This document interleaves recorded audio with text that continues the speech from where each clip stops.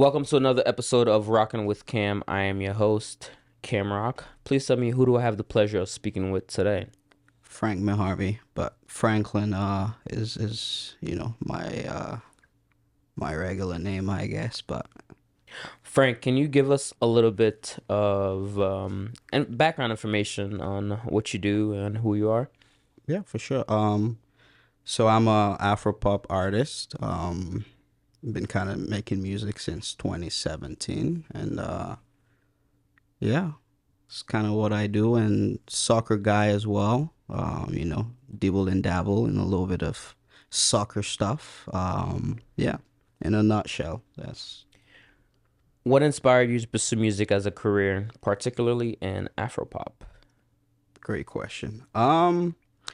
So actually, funnily, I mean, I've always been like someone who really loved music growing up.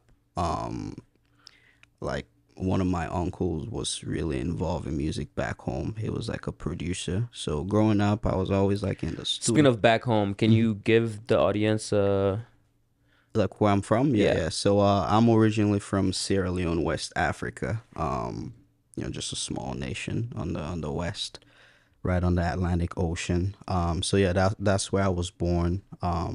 Yeah, so like I said, growing up in Sierra Leone, Freetown is the capital, and I was always like hanging out with my uncle who was a producer, just kind of be in and around the studio, just like see a lot of artists will come through. So like I always had some sort of like love for music, but I really kind of tapped into that more so like when I was in college. I was actually at Noah Community College. That's kind of where I started after I graduated high school. Just kind of trying to figure out like what to do next. So yeah, I remember so you started recording with a friend, right? Yes, For school originally. yes. And okay, what was the biggest transitioning from recording for school into making your own professional music? Um, I think I'll say the biggest transition was like when you're doing it for school, I mean, obviously you having fun, it's for fun at the end of the day, but I feel like transitioning more doing it professionally was kind of the investment that I put into it. You know what I mean? For school, it was more so like I did it at like a friend's house. So I mean, the studio was a nice setup, but I Yeah. wouldn't say it was something that's like top notch or professional to say, but just the investment. Because now once I'm doing it more on a professional level, it's like okay, like there is some sort of money that goes into it, right? Like you Yeah. want to go to a very nice, state of the art studio. You want to make sure you're actually putting in more so that the outcome is a little bit more better, in a sense. But I'll say that's the biggest pivot and transition. Yeah. How was your upbringing in Sierra Leone, Sierra right? Leone, yeah. Sierra Leone influence your life and your music style in terms of lyrics? In term, so well, the music in Sierra Leone, I'll say it's not really. It's kind of like Afro poppy, but it's a little bit more different. There's a little bit more of local elements. It's a little bit more fast paced. I'll say the closest thing would be like what is now, like what's trending now, like from South Africa, just kind of like a really fast paced, type of music. But in terms of influence, like I had a lot of people that growing up in Sierra Leone that were well popular and well known. Like my friend who I actually ended up started making music with, who lives in the Bronx. His dad was a very big artist back home. His name is Lansana Sheriff. So like he definitely influenced Lansana Sheriff. Lansana Sheriff. That's I his name. might look it up. Yeah, his artist name is Steady Bongo, but like one of like the biggest influences in terms of my music. Like And what is your artist name? so my artist name is Frank Miharbi, which is actually my first name Hmm. short, Franklin, and my middle name is Ibrahim, but my middle name spelled backwards. So Oh, first that's name, cool. middle name backwards. Short the first name, middle name backwards. Frank Miharbi. And Miharbi actually means it's like a I looked it up after somehow. I was like, let me look, what did this name sounds like something?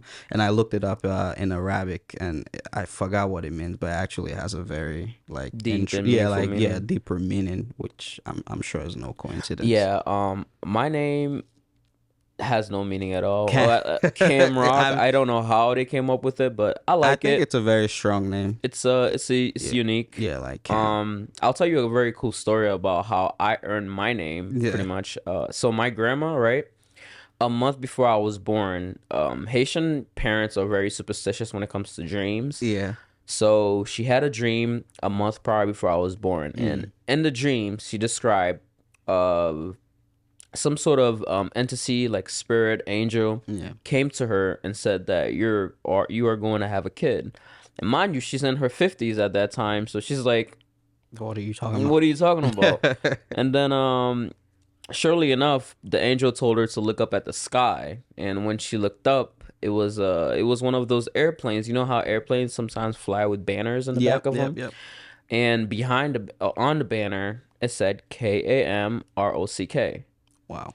And being very superstitious as Haitian people are, she actually wrote down the name, um, just to write, like, Yeah, just like keep it in remember it. track. And then, funny thing, a month later, someone came to her and was like, "I need to show you something." And dear and behold, there I was, and it wasn't her that had the baby, but it Yeah, was but my yeah, dad. yeah. And she said that name is already given to me, and That's the name. that's the name. That's what So that's what I was saying. I'm like it feels like a very strong name, like it yeah, Camrock, like you know what I I mean. like So it. yeah, Back to my questions here. Please You was your first single, right? yeah, Can you tell us about the inspiration behind the song and the story of its creation? yeah. So please you. So I mean, I'll go a little bit into the background and then I'll kind of tell you about that. So, like I said, my friend who lives in the Bronx, his name is Lance Sheriff because his name after his Mm-hmm. dad. So me and him, we grew up in Sierra Leone, and we've known each other since we were like kids. And at what age did you move to America? So I moved to the States when I was 15 in 2012, but he had moved to the States before me.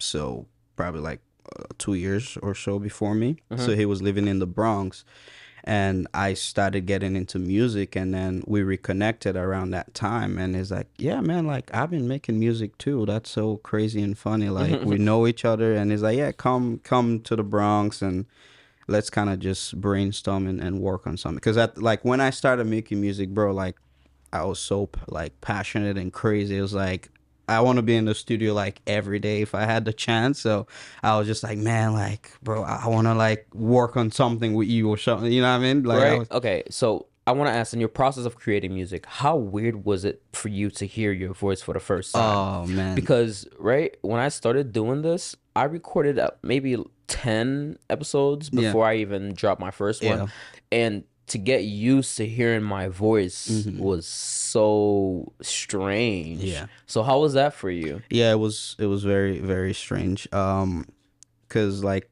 hearing your own voice, it's you don't really know what you sound like, I guess, in a sense. Mm-hmm. But when you hear it back in like recorded form, you just it's at first it's almost like a hate like really Yeah, like that's I what I sound sound disgusting. like. What the hell? Ew. People like that? Like, you know what I mean? But obviously the more you hear people like, yeah, man, like you actually sound good, then you kinda almost convince yourself like, okay, yeah, like if other people like Yeah, it, then definitely. the convincing part for Yeah, sure. yeah. So hearing that first was definitely weird, but once you get over that as an artist, it's like, all right, cool. I kind of have an understanding of what I sound like and what my range is or blah blah blah, all that stuff. So it was definitely weird at first, but once you hear people giving you like that reinforcement, like, nah, man, like this is good stuff, bro, then you get that self belief more. So yeah, it definitely sounded weird. But in terms of like the Please You song, so yeah, he was like, yeah, come down to the Bronx. Like I'm actually going to the studio. We'll just kind of vibe and see what happens, Mm-hmm. right? So going in there like I not even heard like the instrumental, nothing like that. Like I just went in blank slate and yeah, and basically it was just more of a vibe, like just how I was feeling, and that was kind of what came out of it. So I mean, he actually had he had heard the instrumental before, so he kind of had some sort of like idea of what he wanted to do on the song, but I did not. So So you just came up with your lyrics then and there, like right? I came up with it like then and there, and I mean it was technically really his song, like Mm-hmm. because he had written like he more of like likes rapping kind of like, so he had written like verses or whatnot. So and I came up like with the chorus, and it's like, man, you can have the song. So like he gave me the song, but it was really his. It was like, dude, like you can just have the song. It's my gift to you to That's kickstart your music career, basically. That's so cool. So someone who doesn't have much musical talent like I do, in terms of creating a song, right? Hmm. Do you sometimes just sit and write lyrics, or do you need to hear a beat, a melody, a rhythm for you to somewhat speak to Yeah. the song? So for me personally, it's both ways. Just like depending on kind of what's happening in my life, Hmm. I would just write down like poetry, I guess, is basically what, music is at the end of the day. Now I'll just jot down a few ideas. But like when for me personally, when I'm creating, I always kind of like to get the chorus down first, because obviously That's the that's main, what people yeah. are gonna remember most. So the chorus I tend to not really write beforehand. I tend to more of a feeling, like how like that instrumental is making me feel. The verses, like I'll maybe like have something written down, and then I'll kind of just let it flow into the chorus. Like I'll Hmm. make it fit in a sense, like tailor it to fit with the chorus. But chorus I tend to write as I'm listening to the instrumental. Yeah, Nice. yeah. Um, since you are in America now, right? Mm-hmm. How do you stay in, because you're in America, you're making African music. How do you Yes. stay in touch with the culture back in Sierra Leone? Do Yeah. you yeah, so can you answer that to me? Yeah. So that's one of the biggest it's like a blessing and a curse being an artist that is trying to cater to both worlds. Yeah. Like because when I'm making music, I want to make music for people in the US, but also like I'm from Sierra Leone, like I want to make music for people back home, and sometimes those two worlds do not collide, like there's no crossing point between them. Yeah. And sometimes obviously there's we've had Afropop music that have been big here and big back home. So it's like a blessing and a curse, because if you kind of like find that sweet spot, it's like, all right, I'm like I got the formula going. Like I can really cater to both. And sometimes it's like, well, people in the U.S. don't really like what you wrote, because you kind of wrote it with Sierra Leone back in mind, like people from Yeah. back home. But in terms of keeping up, I'm really connected back home. Like I always send my music back, and it gets promoted by DJs that like I've kind of established a relationship with. So I always try to send like songs to like radio stations back there, TV stations, and some of my songs have really done really great back home. I mean, traction might have not been the same here in the States, but Mm.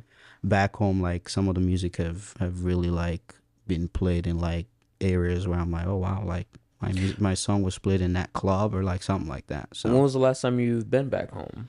I've not been back home since I moved to the States. Oh, me neither, Yeah, bro. so Me it's been neither. about 11 years now. Do you do you Definitely do you miss it. plan Yes, on I definitely plan on going back. God willing, by the end of this year. Yeah. Your English is so good. Did you guys speak English back home as well? Yeah, so English is the official language in Sierra Leone. It was a because it was a British colony. And English is what we speak in school and just like office formal settings, but we speak what's called Creole, which is like a broken English. So yeah, it's similar to what the Jamaicans speak, like patois, like in a sense. So Yeah. yeah, so that's like what everyone will speak regardless of education level. Like obviously, the more Hmm. educated you are, then You your the more English, educated is the English, yeah, right? than English, yeah. Yeah. But the local speak correct. Same thing for me coming from Haiti. Our main language is Creole as well, Mm-hmm. but the more formal and the more professional one is French. French, Like yeah. in school, we all always spoke French, and like you said, Yeah. like the more sophisticated and Yep. rich. Yeah. Yeah. Is it this? Okay, so speaking of education, for Haiti, Mm-hmm. it's very hard to go to school if you don't have money. Yeah. How was your education back home in comparison to what you received here? Yeah, I mean, I think definitely in Sierra Leone it's the same. Obviously, the more money you have, the more opportunity for you to kind of go to a better school. And the school system is really it's so you have what are called government schools, which are schools sponsored by the government, and then Hmm. you have private schools. So if you have money, obviously you're gonna Yeah, go you to a always go to private private. school, Yeah, and that's then normally the goal, I'm guessing, for every family there yes, to go to yes, to go private to school. private school. Yeah, I same mean, here. yes, so I was blessed enough to be able to go to private school growing up. So lucky enough for that. So yeah, it's kind of like that. But I mean, our education system is really kind of more in tune with like the British education system. So it's very similar setup because we're obviously a British colony. But like when I moved to the States, I mean, I was pretty much in line. Like most of the stuff I had learned was like translated here. So like there was not much in terms of adapting like school wise. But I mean, obviously, like I feel like in the U.S. we kind of got more in depth in like certain like areas. Hmm. Obviously, like chemistry, for example, there's a lab, and like you can go to a lab and Yeah, actually, you know, experiment with what you've been talking about in terms of like the theory aspect, and you can actually see. And back home, if you don't go to like private school, then you don't get to see like a lab or like you know what I mean. yeah, So yeah. that's what I'll say would be the biggest difference, just like more resourcing. So you got into soccer while back home, or did you got into soccer when you came here? I don't know, soccer Soccer back home, right? since birth, pretty much like that's like the first thing you learn growing up. Yeah, so soccer since back home, yeah, like played all my life, and I'll say like when I got to the States, I probably you know kind of like invested more in soccer a little. Hmm. You know what I mean? Like back So home, you did just play for Yeah, fun, same whatever, here. just run around. And Did you end up playing like for middle school for your town I soccer? played in high school and then played like travel for Stanford FC. But yeah, Nice. that was about where my soccer career went. Um, can you tell me, since you haven't been back home in so Hmm. long, and same thing with me as well. The last time I've been to Haiti was I think late 2009, Wow. 2010. So, can you tell me what are some of your favorite memories? Because there's definitely some that has been with you for Yeah. so long and definitely shaped you to being the man you are today. Yeah. I mean, growing up back home, I think definitely the memories that have always stuck to me was just like growing up with my mom. Mm-hmm. And I'm the only child to my mom, so just like just her love for me and basically like she'll be cooking like and I'll be the one like no this is what I want to eat today and she's like okay sure you know what I Mm-hmm. mean like just kind of that relationship with my mom and just kind of like the love she poured in and like she would do anything for me like you know what I mean like she was able to Shout out to send me yeah moms. yeah no moms are the best and she was just able to send me to a private school as a single mom which was like back in Sierra Leone that is very difficult so like yeah, I like just like the way my mom loved me and how she was willing to do whatever just to set me up for a brighter future. She didn't actually like she went to school but she never finished school. Mm-hmm. So she was just like I'm going to do whatever I can to make sure like you're an educated man. And Yeah. she yeah. And I want to say from our interactions Mhm. together, you are very well raised, man. Yeah. So Thank you. your mom did a great job in creating the great man you are I today. appreciate that. I'll definitely say the same for you. So, Thank you, thank you. yeah. I've had multiple mothers. I will say, like growing up, my grandma was Mhm. a huge mother figure for me. Mm. Didn't know my real biological mother though. Wow. But I ended up getting really close with my stepmom. So Gotcha. those two, my grandma and stepmom, I call her my real mom, Yes. you know, to this day. Your mom was what happened? What's My your biological yeah. one, my biological one, I don't know. After she had me, well, the story goes, right? Mhm. My biological mother had me, and she was very embarrassed, Mm. because my family didn't like her. Got you. So she just ended up giving me to my grandma, To and raise you. yeah, Mm. because also at the time, she was young, Mm-hmm. didn't have any, Yeah, she wasn't financially financial. stable. She Yeah. didn't have somewhere to live. Got So you. she, in her mind, she probably was like, how am I gonna raise this child Yeah. by myself? And she thought the best thing she could do is hand me over to my grandma. Mm. And with that being said, she kind of disappeared, and Got you. I didn't get in contact with her until a couple of years ago while I was Wow. in the United States. Was the first time I heard her And talk. how was that? It's a great question, man. Yeah. It was weird. It was weird for sure because it's kind of like someone you don't know Mm. is Yeah. telling you like, "Hey, I am your Yeah. mother. Like I had you," and I didn't want to speak to her Yeah. Yeah. because Some frustration, obviously. A little yeah, bit, uh, because it's like yes, hearing, because the story is only from the perspective of what you've been told. So you know what I mean. So it's exactly. like you're like, do you know how So many questions I definitely have? You know? some frustration. Some of the questions that I had was for sure like I was in Haiti for so long. Like, why didn't you try to Mm, reach out at yeah. all? At some Because point. I was still there. I was alive. You know, that's the part that frustrates me the most. Like Yeah. even if you didn't have any money or Yeah. even if you couldn't provide anything for me, I would Just your still like to presence. yeah, Yeah. Just seeing your face. seeing your face, maybe get introduced. But it was hard. It was hard for me Yeah. to accept that she is trying to come into my life because at this point my mindset, whether it's childish or not, it's kind of like you're a stranger to me. I don't know you. Mm. I didn't care for you anymore, Mm-hmm.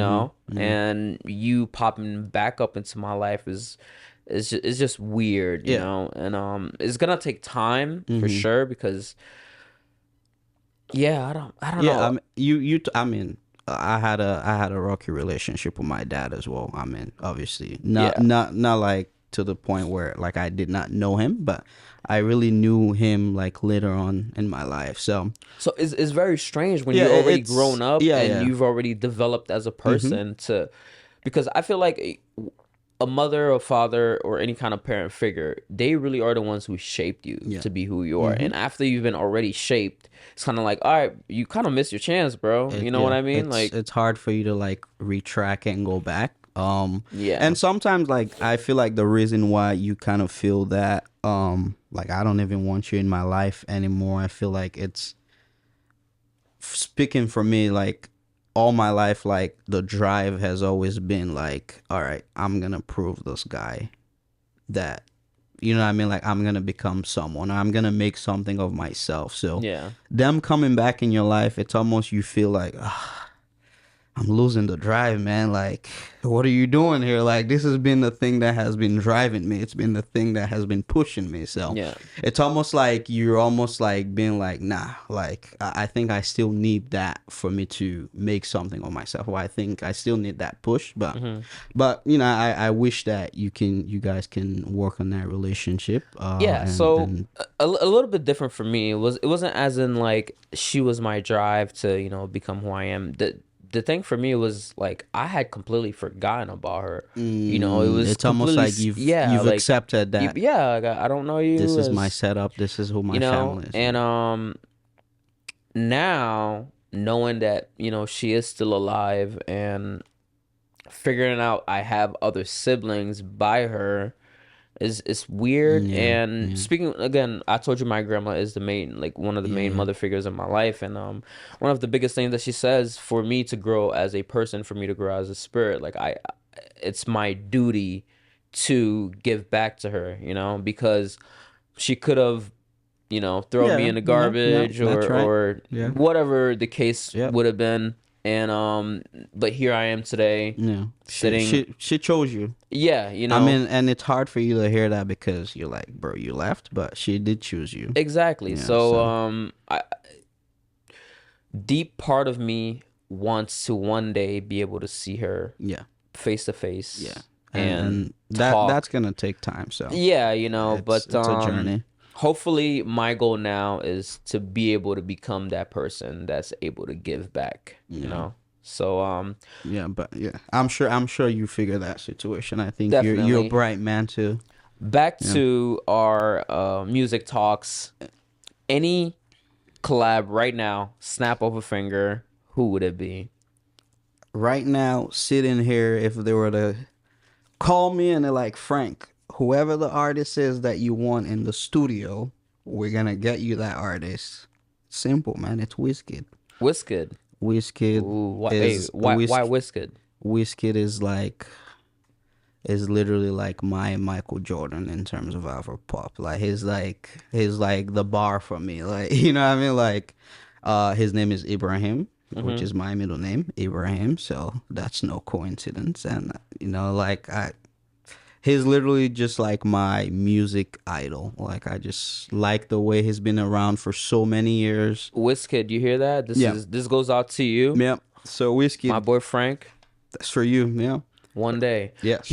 trust me, he will hear this, He will. and you will see him in the stew. I always believe that me and him are always gonna drop something. It's Um, yeah.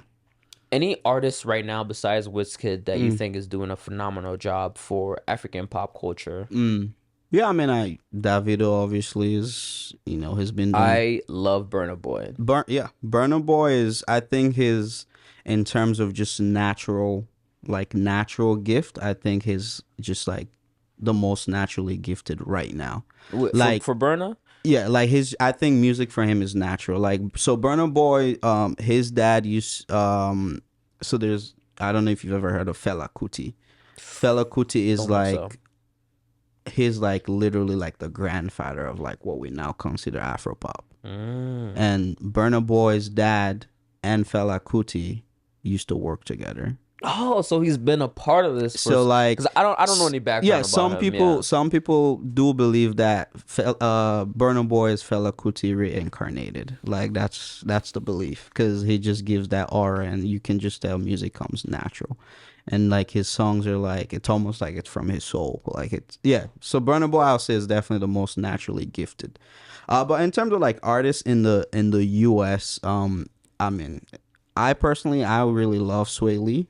Like I really want to work with him as well. Yeah, I think me and him will just complement each other in terms of our style. I was gonna say about Sway Lee, he's able to mash up the different Yeah. styles. Remember how you were speaking about bridging the gap between Mm-hmm. like African culture and American culture? Yeah. I think he does such a Yes. great job of Yes. that, Yes. and while still keeping his American I would love to identity. work with Sway Lee, man. So Yeah. Sway Lee, that's for you as well. Before we wrap it up, Frank, where do you see yourself headed in the future, man? What do you want to do with this music career? That's a great question. I'm in with the music. Obviously, it's an hobby as well as like a career. So regardless of what happens, I'm always gonna make music, whether it be just for fun or whether the opportunities do lead elsewhere. But yeah, like I said, I just want to be able to bridge the gap of like my experiences of like living in the United States and being a kid from Sierra Leone, and just like make people learn about Sierra Leone as much as possible, whether it be through me, someone heard my me like, where's this that dude from? And like, oh my God, Sierra Leone, never even heard of it. And then do a research for me, that's success. If I can just make someone be interested in learning about Sierra Leonean culture. I definitely Yeah. learned a lot about Sierra Leone today. Yeah. So thank you for that.